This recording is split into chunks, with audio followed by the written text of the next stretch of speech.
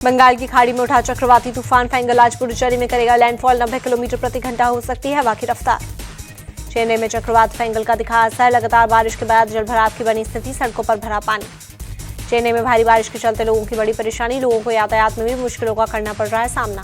चेन्नई में चक्रवात फेंगल के चलते बह रही तेज हवाएं, कसिमेदु इलाके को लेकर जारी किया गया अलर्ट। पुडुचेरी में चक्रवात फेंगल की वजह से तटीय इलाकों में हुई बारिश, समंदर में उठी ऊंची लहरें।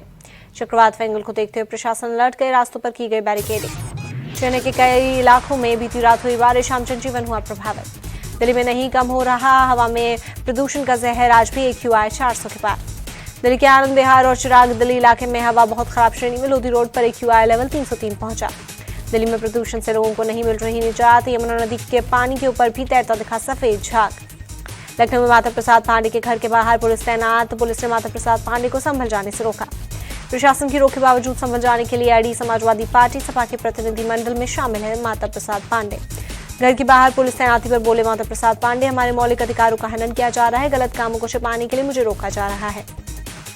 पुलिस ने सपा के प्रदेश अध्यक्ष को भी संभल जाने से रोका। श्यामलाल पाल को घर में नजरबंद किया।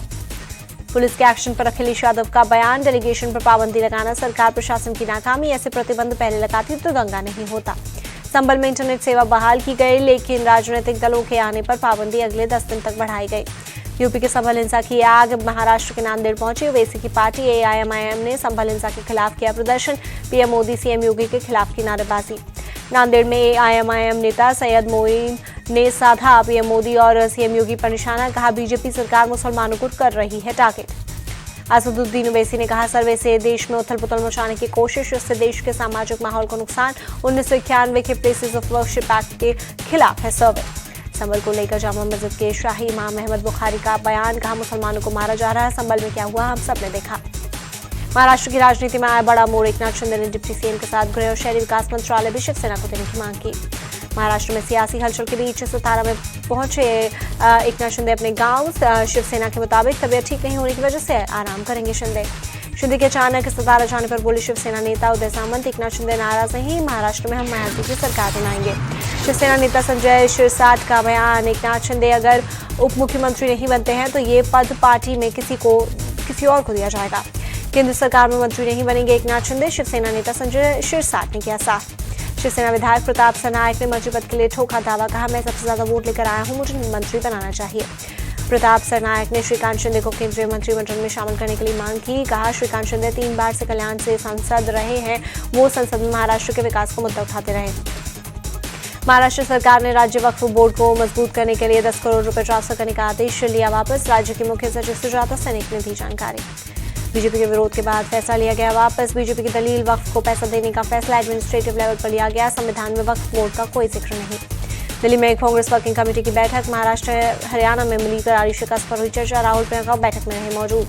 मल्लिकार्जुन खड़गे की पार्टी नेताओं को नसीहत, का आपसी बयानबाजी से बहुत हुआ नुकसान, जब तक एक होकर चुनाव नहीं लड़ेंगे तब तक विरोधियों का हराना मुमकिन नहीं।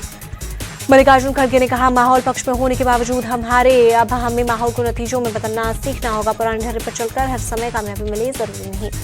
कांग्रेस वर्किंग कमेटी की बैठक में अडानी मणिपुर हिंसा सांप्रदायिक तनाव पर हुई बात, प्लेसेस ऑफ वर्शिप एक्ट 1991 के पालन की प्रतिबद्धता को दोहराया। दिल्ली कांग्रेस के अध्यक्ष देवेंद्र यादव का बयान, हम दिल्ली की सभी 70 सीटों पर लड़ेंगे चुनाव, हमारा किसी से कोई गठबंधन नहीं होगा, चुनाव के बाद हमारा CM तय होगा। केंद्रीय मंत्री ज्योतिरादित्य सिंधिया ने विपक्ष के उठाए गए EVM के मुद्दे पर कहा जीते तो ठीक, लेकिन हारे तो किसी और पर जो दोष मढ़ दें, ऐसा कब तक चलेगा। MP के CM मोहन यादव ने जर्मनी के स्टुटगार्ट में लैब कंपनी के कैंपस पर किया दौरा, जर्मनी के कई कारोबारियों से की मुलाकात। CM मोहन यादव ने जर्मनी के कारोबारियों को मध्य प्रदेश में निवेश का दिया न्योता, भोपाल में फरवरी में होने वाले ग्लोबल इन्वेस्टर्स समिट में बुलाया। हरियाणा सरकार में मंत्री अनिल विज ने कैथल रोडवेज डिपो का किया दौरा, ड्यूटी में लापरवाही बरतने की वजह से एक बस चालक स्टेशन सुपरवाइजर को किया गया निलंबित। अनिल विज ने रोडवेज डिपो में व्यवस्थाओं के बारे में लिया जायजा, अधिकारियों से ली हालात की जानकारी। काकीनाडा बंदरगाह में दौरे पर पवन ने तस्करी में शामिल एक जहाज को तत्काल जब्त करने का दिया आदेश, अधिकारियों को जांच का दिया निर्देश। पवन कल्याण ने 38,000 मीट्रिक टन चावल की आपूर्ति के बारे में जानकारी मांगी, अधिकारियों से पूछा कि वे बड़े पैमाने पर चावल की अवैध ढुलाई रोकने के लिए क्या कर रहे हैं। चंडीगढ़ क्लब ब्लास्ट मामले के 2 आरोपी हिसार से गिरफ्तार, एनकाउंटर के दौरान दोनों के पैरों में लगी गोली। हिसार के बाईपास टोल प्लाजा के पास रोके जाने पर दोनों ने पुलिस दल पर की फायरिंग, जवाबी कार्रवाई में हुए घायल। बाबा बागेश्वर की यात्रा समाप्त होने पर बोले जगत गुरु रामभद्राचार्य, हिंसक नहीं होता हिंदू, हमें कटना नहीं है, बटना नहीं है, एक रहना है। रामभद्राचार्य ने कहा 21वीं सदी हिंदुओं की होगी, मथुरा जन्मभूमि हिंदुओं को मिलेगी, जो हिंदू की बात करेगा वो सत्ता में राज करेगा। बंगाल विधानसभा परिसर में बीजेपी विधायकों ने ममता सरकार के खिलाफ प्रदर्शन किया, हिंदू देवी देवताओं के अपमान का मुद्दा उठाया। बीजेपी विधायक दिवाकर घरावी बोले बंगाल में हिंदू देवी देवताओं की मूर्तियां तोड़ी जा रही हैं, इस मुद्दे पर चर्चा चाहते हैं स्पीकर ने मांग ठुकराई। बांग्लादेश में हिंदू समेत तमाम अल्पसंख्यकों पर अत्याचार का मामला, देश भर में बीएचपी का विरोध प्रदर्शन। बीएचपी नेता विनोद बंसल का सवाल, क्या यूएनएचआरसी सिर्फ कागजी कार्रवाई करने के लिए, भारत में विपक्षी दल खामोश क्यों? इस्कॉन कोलकाता के उपाध्यक्ष राधा रमन दास ने कहा, हम चिन्मय कृष्णदास की सुरक्षा को लेकर चिंतित, जिस जेल में वो हैं वहां कई अपराधी।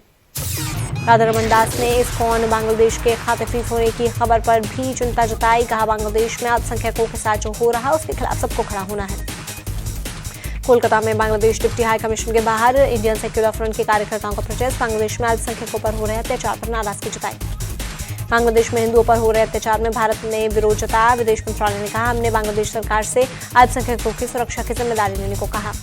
लोकसभा में भारत के विदेश मंत्री डॉक्टर एस जयशंकर का बयान, बांग्लादेश सरकार की जिम्मेदारी है कि वो अल्पसंख्यक समेत सभी नागरिकों की रक्षा करे। बांग्लादेश सरकार ने कोलकाता में अपने डिप्टी हाई कमीशन के बाहर प्रोटेस्ट को लेकर चिंता जताई, भारत सरकार से कमीशन के लोगों को सुरक्षा देने की मांग की। भारतीय विदेशी मुद्रा भंडार में गिरावट का सिलसिला जारी, 1 अरब 31 करोड़ डॉलर की गिरावट हुई दर्ज। भारतीय विदेशी मुद्रा भंडार में 656 अरब 58 करोड़ डॉलर पर पहुंचा। आरबीआई ने 22 नवंबर को खत्म हुए हफ्ते की रिपोर्ट जारी की। दूसरी तिमाही में देश की जीडीपी 5.4% दर्ज की गई। आरबीआई ने 7% का अनुमान जताया था। चैंपियंस ट्रॉफी को लेकर आईसीसी की पीसीबी को 2 थ्रू हाइब्रिड मॉडल स्वीकार करो, नहीं तो टूर्नामेंट से बाहर कर दिया जाएगा। आईसीसी की कई हुई बैठक में नहीं निकला नतीजा, फैसले को लेकर आज फिर होगी मीटिंग। पाकिस्तान में होने वाली चैंपियंस ट्रॉफी में खेलने से भारत ने किया है इनकार। एलए टेस्ट से पहले टीम इंडिया को मिली गुड न्यूज, भारतीय बल्लेबाज शुभमन गिल ने नेट्स में जमकर की प्रैक्टिस, सोशल मीडिया पर शुभमन गिल का practice video viral. Shubman Gill को पर्थ टेस्ट से पहले प्रैक्टिस के दौरान लगी थी अंगूठे में चोट। ऑस्ट्रेलिया PM11 टीम के खिलाफ खेल सकते हैं गिल, एडिलेड में तीसरे नंबर पर कर सकते हैं बल्लेबाजी। दक्षिण अफ्रीका के पूर्व खिलाड़ी एबी डिविलियर्स ने किया बड़ा दावा, कहा रॉयल चैलेंजर्स बेंगलुरु की कप्तानी संभालेंगे Virat Kohli. IPL mega auction के बाद आए डिविलियर्स का बयान सामने। सैयद मुश्ताक अली ट्रॉफी में दिल्ली की टीम ने किया गजब कारनामा, मणिपुर के खिलाफ पूरी टीम ने की गेंदबाजी। 11 खिलाड़ियों ने मिलकर लिए मणिपुर के 8 विकेट, पूरी टीम को दिल्ली नहीं कर पाए ऑल आउट। मणिपुर ने पहले खेलते हुए 8 विकेट के नुकसान पर बनाए 120 रन। दिल्ली के गेंदबाज हर्ष त्यागी, दिग्वेश राठी ने 2 विकेट लिए, दिल्ली ने 4 विकेट से जीता मैच। सैयद मुश्ताक अली ट्रॉफी में हैदराबाद के बल्लेबाज तिलक वर्मा की शानदार बल्लेबाजी, बिहार के खिलाफ 31 गेंद पर खेली 51 रन की पारी के दौरान तिलक ने लगाए 4 छक्के 1 चौका। बिहार ने 9 विकेट के नुकसान पर खड़ा किया 118 रन का स्कोर। जवाब में हैदराबाद ने 1 विकेट खोकर हासिल किया टारगेट, 4 विकेट लेकर रवि तेजा बने man of the match. Syed Mushtaq Ali trophy में असम के खिलाफ करुण नायर की विस्फोटक पारी, विदर्भ की तरफ से करुण नायर ने खेली 47 गेंद में 75 रन की पारी। करण ने पारी के दौरान 4 छक्के 8 चौके लगाए। असम की पारी 123 रन पर सिमटी। यश ठाकुर पार्थ रेखाडे के लिए 2 विकेट, दीपेश को मिले 3 विकेट, विदर्भ ने 2 विकेट खोकर किया लक्ष्य हासिल। चंडीगढ़ के बल्लेबाज अरसलान खान का सैयद मुश्ताक अली ट्रॉफी में दमदार प्रदर्शन। छत्तीसगढ़ के खिलाफ अरसलान खान ने जड़ा 57 गेंद पर 107 रन बनाकर नॉट आउट रहे अरसलान खान। सैयद मुश्ताक अली ट्रॉफी में केरल के कप्तान संजू सैमसन का खराब प्रदर्शन। मुंबई के खिलाफ संजू ने बनाए 4 रन, केरल के लिए सलमान नजीर ने खेली नाबाद 99 रन की पारी, कुनमुल ने बनाए 87 रन। भारत की महिला क्रिकेट टीम का वनडे जर्सी लॉन्च, बीसीसीआई सचिव रेशा की मौजूदगी में कप्तान हरमनप्रीत ने किया जर्सी का अनावरण। विश्व शतरंज चैंपियंस ट्रॉफी में चौथी बाजी ड्रॉ, 42 चाल के बाद भारत के डी कुकेश और डिंग लिरेन ने ड्रॉ पर जताई सहमति। 14 दौर में सबसे पहले 7.5 अंक हासिल करने वाला बनेगा चैंपियन।